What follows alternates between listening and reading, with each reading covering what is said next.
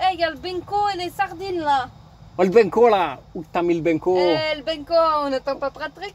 On n'aime pas trop les benko comme vous par chez nous. Hein. En vrai, c'est trop Bon. bon le benko. Voilà, super intro vidéo. Merci, merci Léna. Bon, salut les Rays. Alors aujourd'hui, on va parler des installations électriques. Et je vais vous parler un petit peu de comment est-ce que moi j'ai commencé à être autonome, on va dire d'une certaine manière, en énergie. Il y a à peu près 2 ans, c'est ça, hein, dès qu'on avait l'appartement. Non, 1 an, 2 ans. Oui, oui. Et donc voilà, je vais un petit peu vous parler de ce que ça peut réellement coûter d'être autonome en énergie, également ma manière de voir l'énergie et la consommation, et on va voir un petit peu les améliorations que j'ai apportées à mon installation durant ces 2 ans, puisqu'actuellement maintenant l'installation se trouve dans notre petit camion.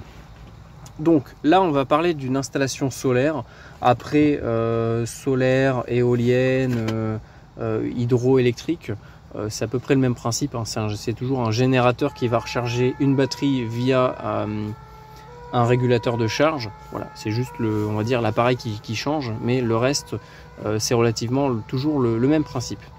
Donc j'avais commencé à l'époque en achetant une batterie comme ça, donc ça ce sont les batteries AGM. La différence entre des batteries AGM et les batteries que nous connaissons tous dans les véhicules, c'est que les batteries dans les véhicules sont plutôt faites pour être rechargées quasiment en permanence lorsqu'on les utilise. Donc dès qu'on roule, l'alternateur recharge la batterie, et donc elle sert essentiellement à démarrer une voiture, donc elle peut fournir beaucoup d'énergie sur une très courte durée.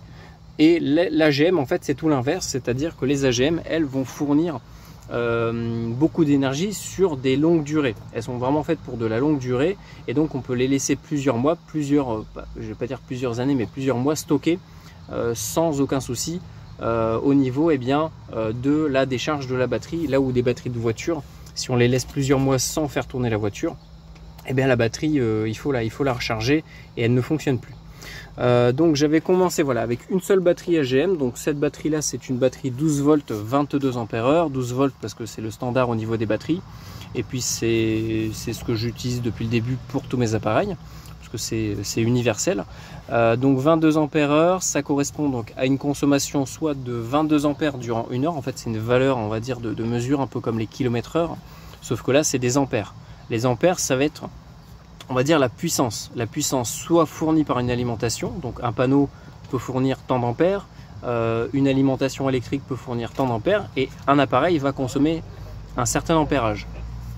Donc là 22 ampères heure c'est pas non plus énorme, mais ça me permettait quand même de recharger mes appareils la nuit, donc les téléphones, un petit Raspberry, enfin voilà des petits trucs, et la journée ça me permettait également d'alimenter mes radios sans trop de problèmes.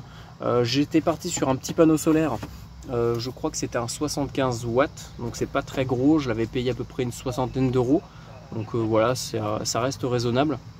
On va dire que pour commencer j'étais parti à moins de 200 euros, donc c'est à dire que la batterie AGM 22 ampères heure je l'avais payé 60 euros à peu près.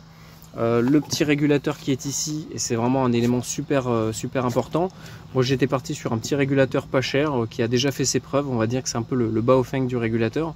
Il vaut entre 15 et 30 euros selon l'ampérage qu'il va pouvoir encaisser au niveau du panneau, enfin au niveau de l'entrée électrique. Et donc voilà, ça c'est vraiment, j'en ai plusieurs, c'est des régulateurs assez standards. Il y a certains bugs dessus, mais c'est pas non plus gravissime. Mais voilà, ça fait plusieurs années que j'ai celui-là, et personnellement j'en suis très satisfait. Donc lui, son rôle, à quoi il va servir? Il va servir en fait tout simplement à réguler la tension qui va arriver du panneau, donc l'énergie électrique qui va arriver du panneau ici. On voit qu'on a la borne panneau. Alors après on peut mettre bien sûr une éolienne ou autre chose, hein, mais la plupart du temps ça va être un panneau, donc eux ils ont mis le logo panneau. Donc le panneau lui il est donné pour être un panneau 12 volts, mais en réalité il va fournir beaucoup plus de tension, de voltage que 12 volts. Il va monter aux alentours des 18-20 volts, et donc c'est trop fort pour recharger une batterie 12 volts, forcément vu que c'est une 12 volts et c'est pas une 20 volts. Donc lui son rôle ça va être de baisser la tension pour recharger correctement sans dégrader les batteries. Donc ça, on va pouvoir le régler. Donc c'est vraiment des régulateurs intéressants puisque eh bien, ils auront des paramètres on va dire préprogrammés à l'intérieur qu'on va pouvoir directement régler dans le menu. Donc là, B1, on a B1, B2, B3, donc ça correspond à différents types de batteries. Donc ça peut être les batteries au gel, batteries AGM, batteries au plomb, acide, etc. Donc après ça, il faut regarder au niveau de la fiche technique du régulateur.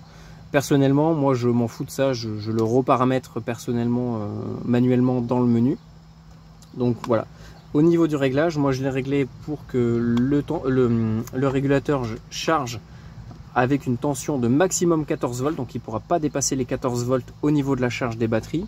Alors il y a toujours une légère différence, donc n'hésitez pas à mesurer avec le voltmètre. Je sais que moi, il faut rajouter 0,1 volts pour avoir la vraie tension réelle au niveau des batteries. Donc voilà, moi j'ai voulu le régler avec un plafond de charge de 14 volts.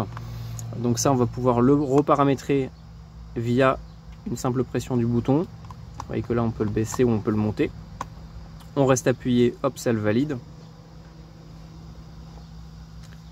Donc tension de reprise de charge, donc c'est-à-dire que dès que la batterie va se décharger, dès qu'elle arrive à sa pleine charge, elle va se décharger. Et moi, je l'ai réglé pour que dès qu'elle descende en dessous de 12,6 volts, le régulateur reprenne la charge. Ça me permet vraiment de garder quand même une assez bonne autonomie au niveau de mes capacités de batterie. Donc 10,7, c'est la tension minimale à partir de laquelle le régulateur va couper, parce que son rôle ça va être de réguler au niveau de la charge, mais aussi de la décharge, pour pas vider trop profondément les batteries et les détériorer, voire les rendre inutilisables. Donc attention à vraiment partir sur un régulateur et non pas juste un régulateur. Il faut, enfin, oui, pas juste un simple régulateur, un potentiomètre, mais vraiment un régulateur qui gère la charge et la décharge. En fait, c'est une sorte de sécurité pour éviter qu'on ruine les batteries. Donc voilà, et après, ça c'est le mode de fonctionnement. Donc moi, c'est 24 heures sur 24 que le régulateur fonctionne. Dessus, on a deux sorties USB, donc attention à ne pas trop tirer dessus. Moi, j'ai un régulateur qui a un petit peu pris cher au niveau des ports USB, donc voilà. Servez-vous-en juste pour recharger des petits appareils, mais ne vous en servez pas pour alimenter quelque chose qui est très gourmand et qui va en permanence tirer de l'énergie dessus. Donc voilà au niveau du régulateur. Donc là maintenant on est parti sur un panneau 100 watts flexible qu'on a mis sur le toit du camion, qu'on va bientôt fixer. Donc pour l'instant c'est amplement suffisant pour ce que l'on fait. Donc moi ce que j'ai fait au niveau dès que j'avais débuté au niveau, on va dire, de l'autonomie énergétique, donc j'avais acheté une première batterie et le mois d'après j'en avais acheté une deuxième, le mois d'après une troisième, etc. Je suis arrivé jusqu'à 4 batteries et ça me permettait d'avoir jusqu'à 88 ampères-heure au niveau de la capacité de batterie. Donc voilà, ce qui compte vraiment, encore une fois, c'est vraiment l'ampérage, c'est l'ampère-heure qui va déterminer la durée durant laquelle vous allez pouvoir tirer de l'énergie sur la batterie. Donc moi, ma doctrine au niveau des batteries, c'est pas forcément d'avoir une seule grosse batterie, mais d'avoir plusieurs batteries. Pourquoi? Parce que d'une première part, ça va me permettre d'être beaucoup plus polyvalent au niveau de mon installation. Plutôt que d'avoir une grosse batterie que je ne vais pas pouvoir déplacer comme je veux, ça va me permettre d'en avoir plein de petites que je vais pouvoir soit enlever pour m'en servir pour d'autres choses, ou même s'il y en a une qui tombe en panne, eh bien ça me permet de garder une installation fonctionnelle. Alors que si on a une seule batterie, si la grosse batterie principale tombe HS, en fait vous n'avez plus rien, vous êtes un peu comme un con. Donc voilà, donc là j'en ai enlevé parce que il y en a certaines qui sont tombées en panne et il y en a d'autres qui servent à d'autres choses. Mais maintenant au niveau de mon installation de camion, donc là récemment, eh bien on a acheté, enfin même très récemment, on est parti sur une batterie un peu plus on va dire performante. On a pris toujours du AGM parce que pour les installations en camion, en bateau, etc. il faut de l'AGM pour alimenter tout ce qui va être domestique, frigo, éclairage, etc. Il faut de l'AGM, c'est mieux. Alors vous pouvez mettre des batteries voitures, là vous voyez qu'il y en a une, et là il y en a certains qui vont se dire mais pourquoi est-ce qu'il a mis une batterie bagnole sur son installation? Et vous allez voir qu'en fait c'est tout à fait logique, et en fait c'est un petit peu ma roue de secours au niveau de la batterie camion. Donc voilà, donc là ces batteries là sont couplées ensemble, elles fonctionnent en permanence. Donc vu que c'est deux AGM, bah, je les mets ensemble, je les ai couplés via les câbles qui sont juste là. Hop, si on les suit, tac, les fils à moitié transparents, on voit qu'ils arrivent ici. Donc c'est moi qui ai refait toutes les cosses, hein. J'ai tout soudé pour être sûr de ne pas avoir de perte ou de ne pas avoir de fils qui se décrochent ou qui font n'importe quoi. Après, alors au niveau de la sortie du régulateur, là vous voyez qu'il y a un câble de connecté, mais normalement il n'est pas censé être là. Celui-là il alimente provisoirement une partie du camion, donc tout ce qui est clignotant, etc. Mais c'est parce qu'on a eu un souci électrique récemment. Mais sinon au niveau de comment est-ce que je gère mon installation électrique interne du camion, en fait d'origine dans le camion j'avais déjà différentes arrivées, différentes lignes électriques qui correspondent soit à l'éclairage, soit pas à la climatisation mais à la ventilation, enfin à la soufflerie, ou alors aux prises allume-cigare, enfin bref, voilà, il y avait vraiment un câble pour chaque usage, et donc le chauffe-eau, la pompe, et donc j'avais déjà tout qui arrivait sous le siège, donc là c'est censé être le siège, et donc j'ai tout laissé à cet endroit-là, et en fait ce que j'ai fait, j'ai récupéré un vieux rack de fusible du C25, parce qu'en fait en réalité j'en ai un nouveau là, et donc je me sers du porte-fusible pour sécuriser mon installation interne. Et donc j'ai toutes mes arrivées électriques qui arrivent juste, donc là c'est l'entrée, c'est l'arrivée, et donc là c'est la sortie qui va partir sur mes différents appareils que j'ai notés, que j'ai marqués, répertoriés pour ne pas me planter. Et donc après ça part dans le camion, hein. Donc là on a derrière, hop, coucou. Donc ici on a l'arrivée pour l'éclairage, juste ici on a, donc après il y a l'onduleur, on en parlera juste après. Ici on a l'arrivée pour la pompe à eau qui est juste là, parce que normalement ici on a les cuves. Enfin bref, voilà, en fait on a une ligne pour chaque comment dire, pour chaque partie du... Oula, ça va? Pardon, oui. Ah non, c'est pour toi, c'est pour pas que tu t'éclates le pied. Enfin voilà. Donc moi ma doctrine c'est vraiment d'avoir différentes batteries pour, au cas où si une batterie tombe en panne, je peux en avoir d'autres en rab derrière pour pas me retrouver sans énergie du tout. Donc après on parlera un petit peu de l'approche, de la mauvaise approche que les gens ont au niveau de l'énergie, parce que le but c'est aussi de vous motiver à devenir un petit peu autonome au niveau de votre énergie. Moi je l'avais surtout fait pour des raisons de coût, tout simplement parce que l'électricité est trop chère aujourd'hui, et ça m'a permis de faire d'énormes économies. Je payais, je crois, même pas 1 euro par jour au niveau d'EDF, et donc ça m'a permis de récupérer pas mal d'argent à la fin de l'année, puisqu'en fait il y avait un trop perçu de leur côté, parce que je rechargeais tous mes appareils qui au final consomment beaucoup directement sur ma batterie et mon petit panneau solaire. Donc le panneau solaire il était juste posé sur on va dire une chaise de camping sur le balcon, hein. J'étais en appartement, donc comme quoi on peut être autonome même en appartement. Donc après bien sûr l'autonomie énergétique, votre installation va correspondre à vos besoins. Et ça c'est la mauvaise approche. Ce que je suis en train de vous dire, c'est la mauvaise approche que les gens ont. Ils veulent avoir une installation selon la consommation qu'ils ont chez eux, parce qu'ils ne veulent pas en fait réduire tout simplement leur consommation. Ça c'est la mauvaise approche. Pour moi, le fait d'être autonome, de vouloir être autonome en énergie, c'est tout d'abord de prendre conscience de combien ça consomme un appareil. Là, rien qu'une petite glacière, on va vous la montrer parce que je suis fier de vous montrer notre nouveau frigo avec le petit interrupteur qui remplace le gros frigo horrible. Il faut en fait non pas adapter son installation électrique par rapport à ses besoins. Forcément, dès qu'on est sur des batteries et des panneaux solaires, on ne pourra pas allumer la télé toute la nuit, on ne pourra pas avoir un énorme frigo américain avec un distributeur de glaçons, on ne pourra pas avoir la cafetière. Tout ça il faut oublier, il faut partir sur vraiment du basique, et donc ça permet aussi de basculer vers, on va dire, une consommation un peu moins énergivore, voilà, plutôt que de réchauffer, de faire le café sur l'électrique, passer plutôt sur du gaz ou du feu, voilà, tout simplement. Ça coûte moins cher, et donc ça permet vraiment de prendre conscience de ce que ça consomme réellement au niveau des appareils, et ça permet aussi de réduire sa consommation et donc d'être beaucoup plus résilient. Donc en fait c'est un avantage, ça apprend à économiser, et je trouve ça très bien. Donc pour le coup, nous au niveau de notre installation, on a voulu prendre quand même un peu plus conséquent parce que de base on avait juste cette batterie là avec 2 petites batteries AGM, mais voilà, c'était pas non plus super top comme installation. Donc là on est sur 90 ampères-heure au niveau de l'AGM principale, donc c'est vraiment la batterie centrale sur laquelle tout est branché.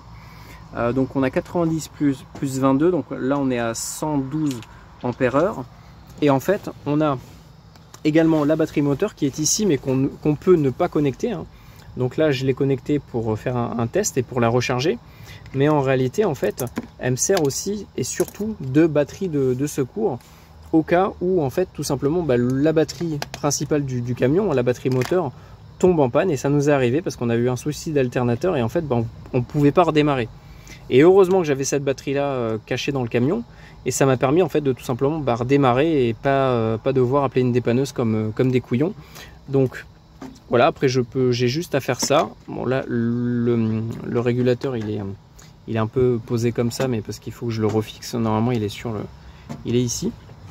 Et donc j'ai juste à mettre les capuchons de sécurité, je mets les pinces et ça me permet en fait de ne pas brancher cette batterie là à l'installation interne, et ça me permet de la garder au cas où la batterie principale tombe en panne, ou si jamais j'ai besoin de dépanner quelqu'un, je peux sortir avec ma batterie, mes pinces, et je peux l'aider beaucoup plus facilement qu'avec le camion où il faut ouvrir le capot.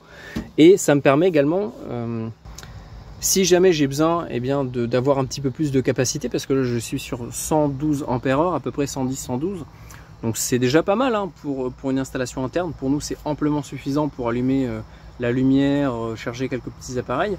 Mais si jamais on a besoin d'allumer quelque chose qui est beaucoup plus énergivore, on peut également coupler cette batterie là sur les AGM.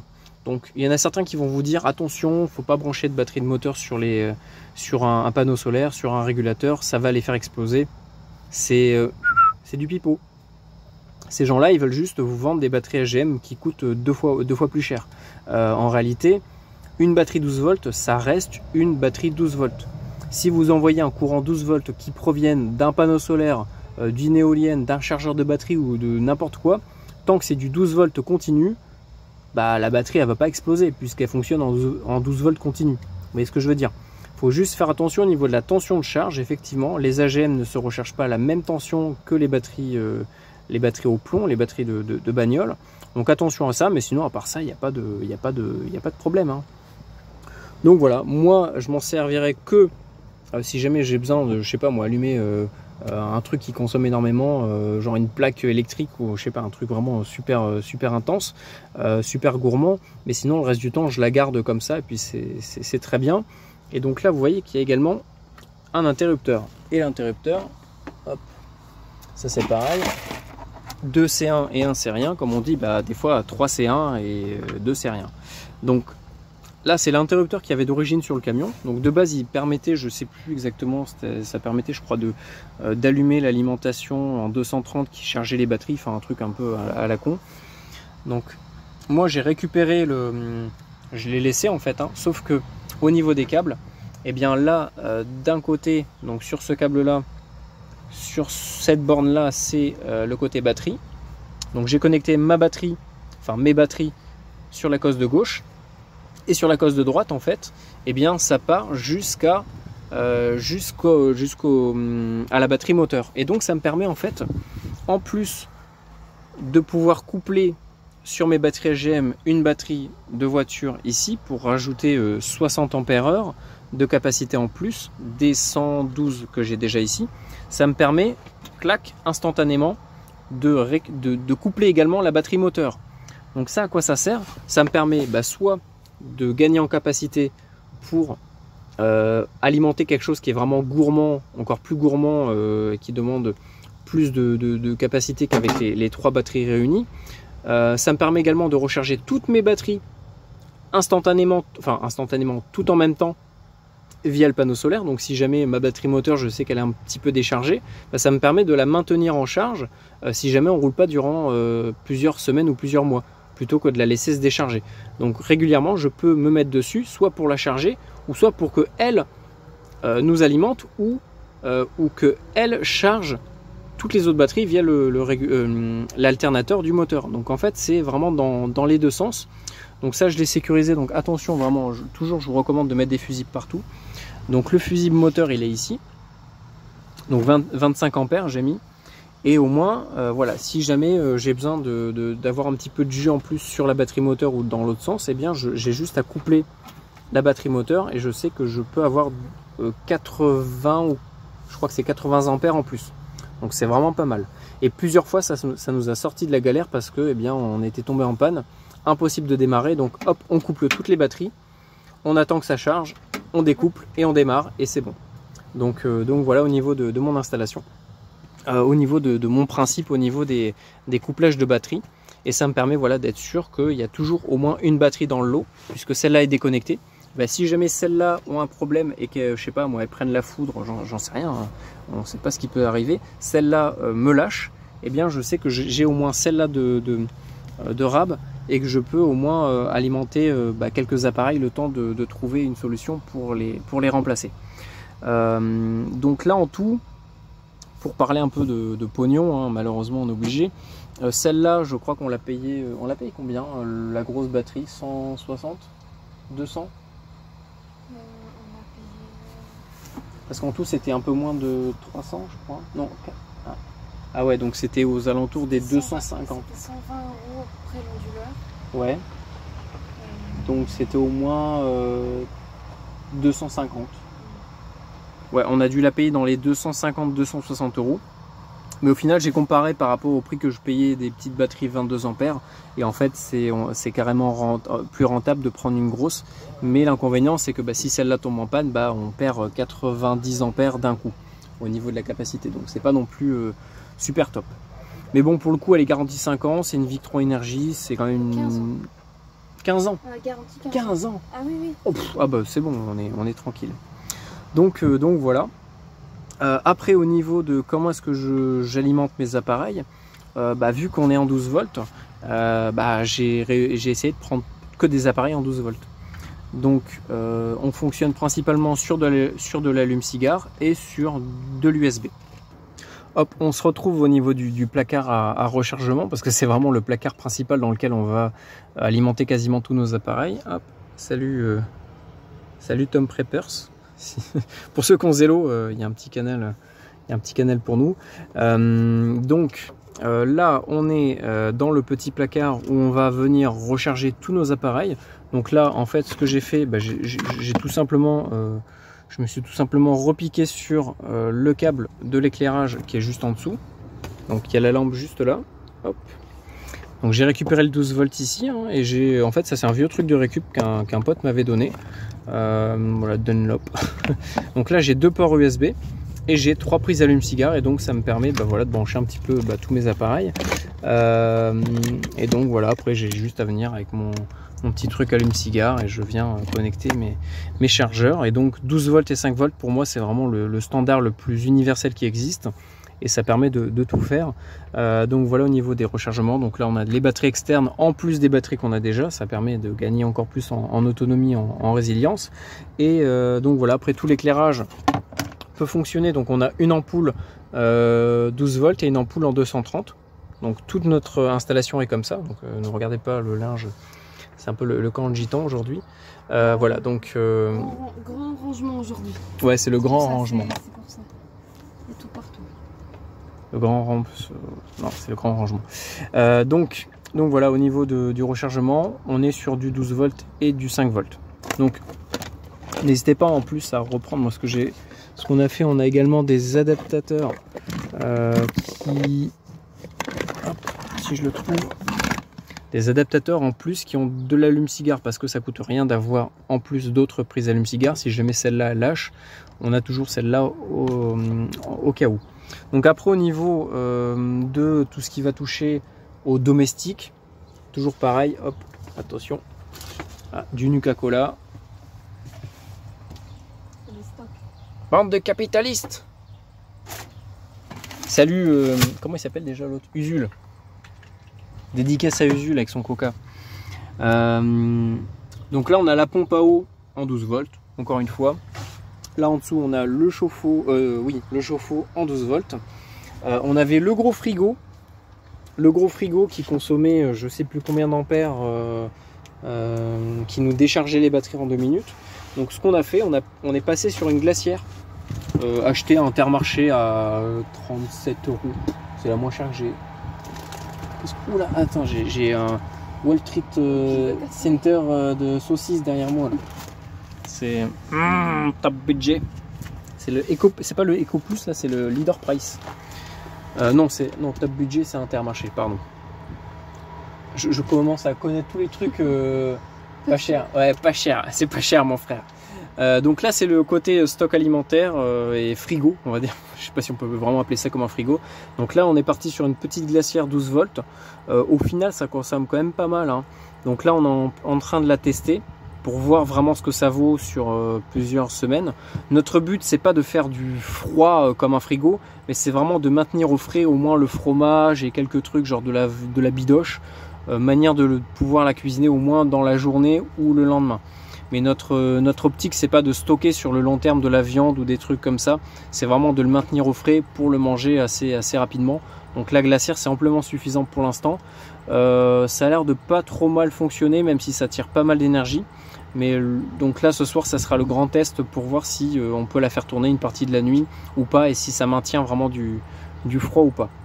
Mais voilà, les frigos franchement je vous recommande pas d'en avoir, ça consomme, il faudra avoir 10 panneaux et 20 batteries pour l'alimenter correctement, donc c'est pas la peine. Donc vaut mieux partir sur du petit, du moins puissant, mais du plus raisonnable au niveau plus logique au niveau de notre capacité en énergie. Donc voilà, ça je viens à peine de le câbler, donc c'est encore en test, hein. Donc là il y a le petit interrupteur. Là on va mettre une petite sortie une petite ventilation, parce que forcément ça fait de l'air chaud. Donc en hiver c'est bien, ça fait un chauffage, mais en été c'est pas foufou.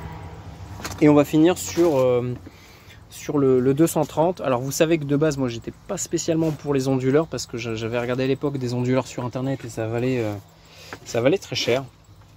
Ouais, cache la misère là. Donc l'onduleur de base moi j'étais pas forcément pour, parce que je partais du principe que tous les appareils étaient plus ou moins compatibles avec du 12 volts, et que je trouvais ça assez stupide en fait de créer de l'énergie, du courant continu, donc 12 volts, pour faire de l'alternatif en 230, pour refaire du 15, 12, je sais pas combien de volts en courant continu.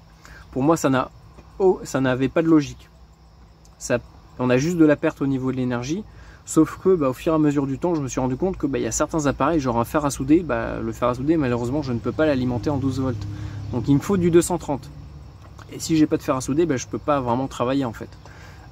Pareil pour la machine à tatouer, je ne peux pas l'alimenter en 12 volts continu, donc il me fallait une prise en 230.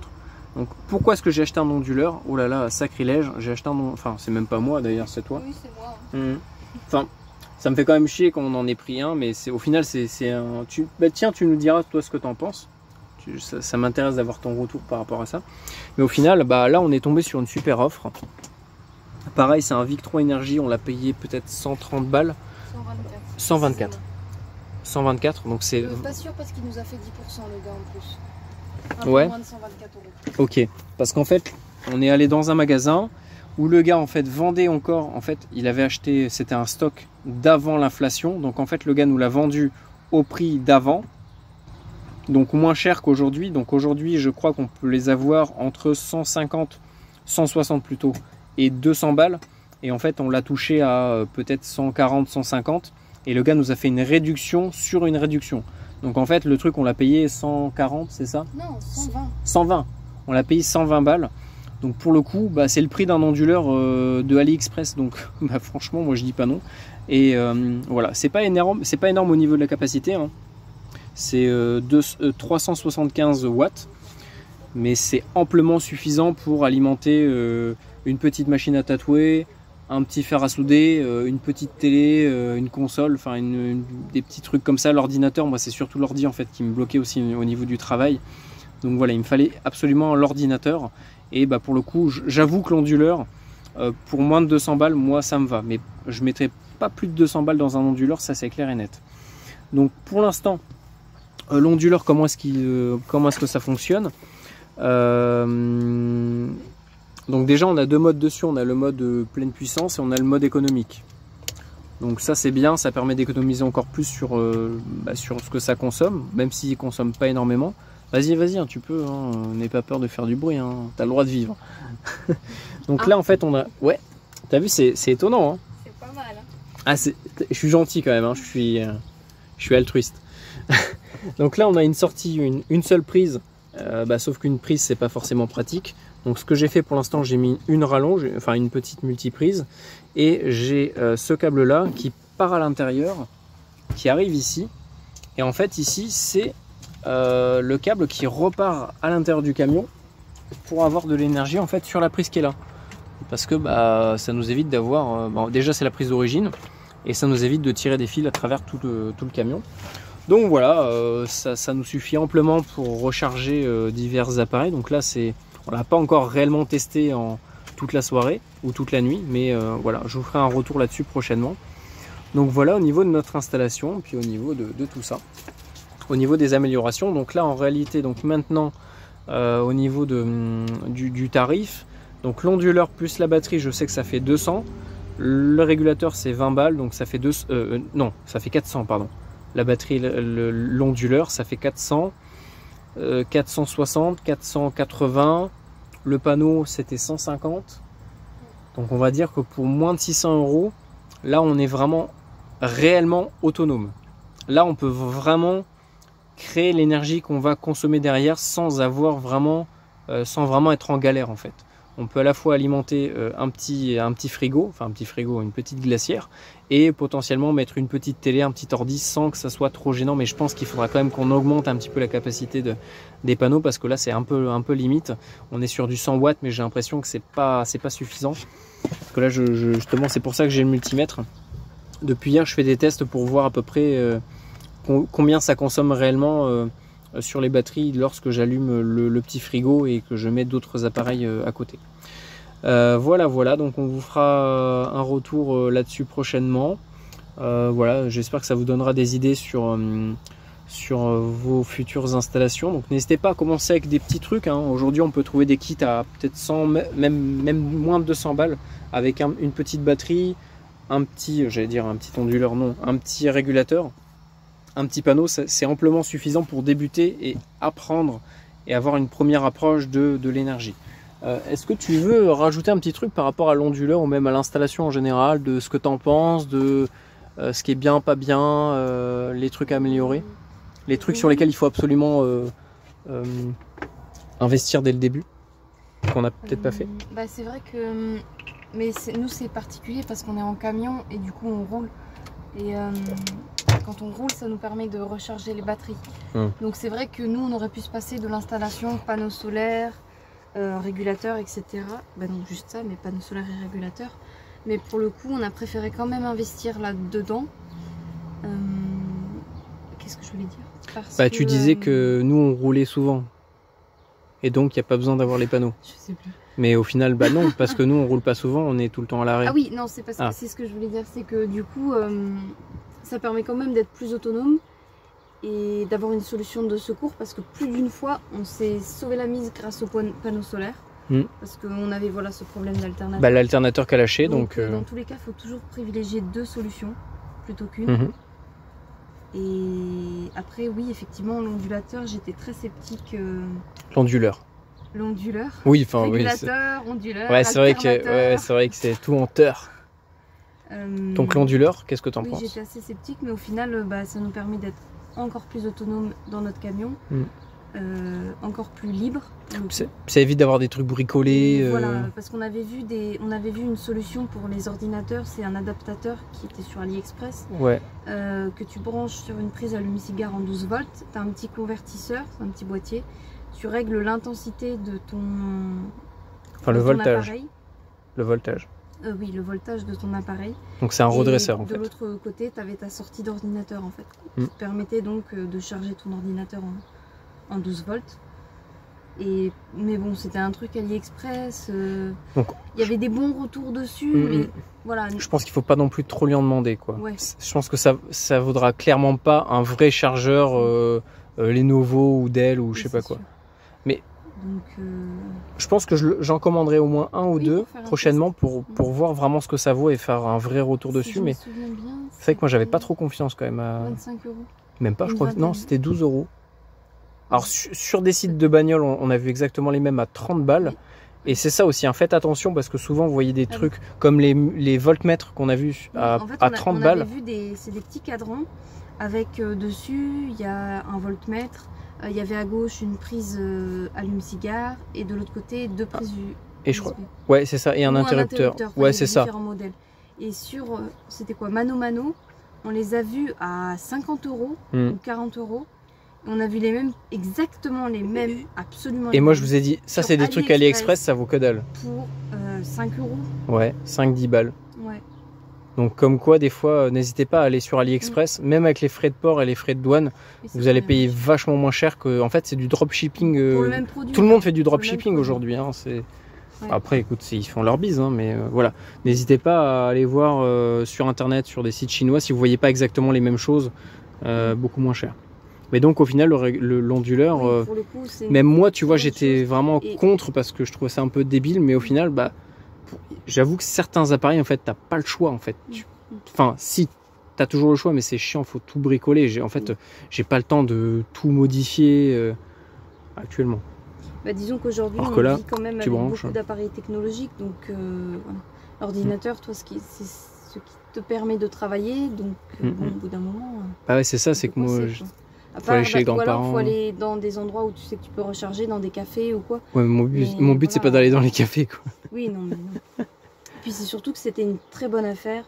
C'est ça en fait. Le gars qui nous l'a vendu, c'était pour le coup, c'est pour ça aussi qu'on a choisi d'acheter là-bas parce que c'était quelqu'un de bien, quelqu'un qui nous a conseillé, qui nous a écouté, oui, qui a pris son temps pour venir voir notre camion.